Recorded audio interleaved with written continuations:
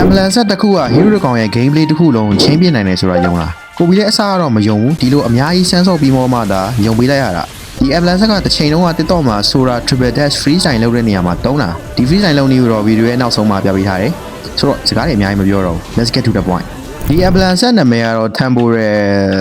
the fuck ဘယ်လိုအတန်ထွက်လဲအဲ့ဒါ Temporal rain yup temporal rain ပါဒီ ambulance ကကို ultimate သုံးလိုက်တဲ့အခါကိုရဲ့ channel skill တွေရဲ့ကူးတောင်းကို share မြန်အောင်လုပ်ပေးလိုက်တာ not really တကယ်တမ်းတော့ 1.5 ဆပဲ4စက္ကန့်ကြာအောင်မြန်သွားတာပြီးတော့ကူးတောင်းလည်းရှိတယ်ဒါပေမဲ့လည်း 1.5 ဆကလည်းနည်းတော့မနည်းဘူး carry ကဒီ ambulance နဲ့ဆိုရင် ultimate ဖွင့်ပြီးတာနဲ့ scale 2 set တိုက်ခုံ harley ကဒီ ambulance နဲ့ဆိုရင် ultimate မိကွန်းဆုပ်ပြီးတာနဲ့ scale 2 set တိုက်ခုံ quinevia ကဒီ ambulance နဲ့ဆိုရင် scale 2 အကန့်အသတ်မရှိ3နိုင်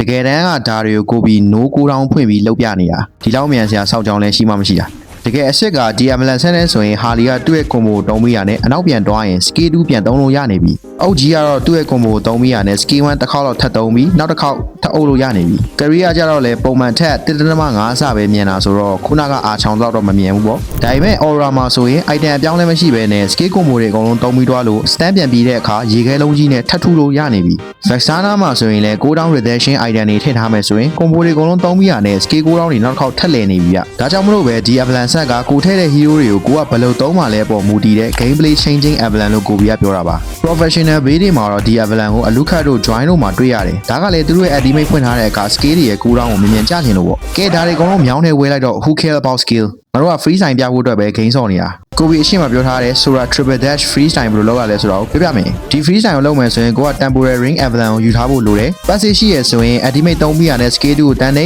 ပြီးရင် Scale 2ကုန်ခါနီးထိအောင်စောင့်ပြီးတော့မှ Scale 2ကုန်ခါနီးကျရင်နောက်တစ်ခေါက်ထပ်နေဒါဆိုရင် Dash နှစ်ခါထပ်ရလိမ့်မယ်တကယ်လို့ကိုပြီးပြောသလိုမျိုးမစောင့်အောင်ဆိုရင် Dash နှစ်ခါထပ်ရမှာမဟုတ်တဲ့အတွက် Triple Dash လုပ်လို့မရတော့ပါဘူးဆိုတော့ဒီဗီဒီယိုကဒီလောက်ပါပဲနောက်ပိုင်းကိုပြီး tips and tricks တွေတိတ်မတင်ဖြစ်တော့တာ sorry ပါဒီနောက်ပိုင်းဆိုရင်တော့အရင်လိုပြန်တင်ပြီးလို့ရှိပါတယ်ဒါကြောင့်မလို့ကိုပြီးရဲ့ channel တွေကို follow နဲ့ subscribe လုပ်ရတဲ့လုပ်ကြပါလို့တောင်းဆိုချင်ပါတယ်နောက်ဗီဒီယိုမှာပြန်တွေ့တာပေါ့ bye bye